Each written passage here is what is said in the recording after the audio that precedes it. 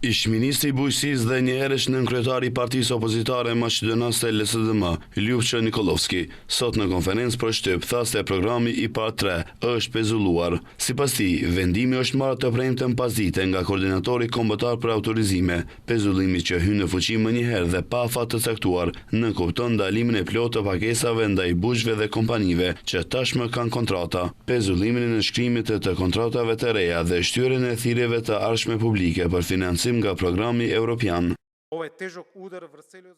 Ky është një kolaps i plotë i sistemit që për 7 vjet u ndërtua me ndihmën e Bashkimit Evropian, mijëra bujq dhe kompani që kanë bërë investime tani janë në pasiguri të plotë. Ai akuzoi pushtetin aktual dhe ministrin e bujqësisë Cvetan Trifunoski për, siç thotë, heshtje dhe fshehje të vendimit gjatë fundjavës, duke pyetur nëse kjo është bërë për të mbrojtur të përfshirët në skandal. Bujqësia nuk duhet të bëhet pengi interesave partjake dhe korrupsionit. Ky pezullim është turp për shtetin, po edhe një thirrje që të mbrojmë vlerat europiane dhe ndershmërinë në institucione. Nikolovski rikujtoi se gjatë zbatimit të IPARD 2 nuk ka pasur asnjë problem dhe janë realizuar mbi 2400 kontrata, ndërsa tani, sipas tij, programi ndalohet për herë të dytë në qeverisjen e VMRO-DPMN-s.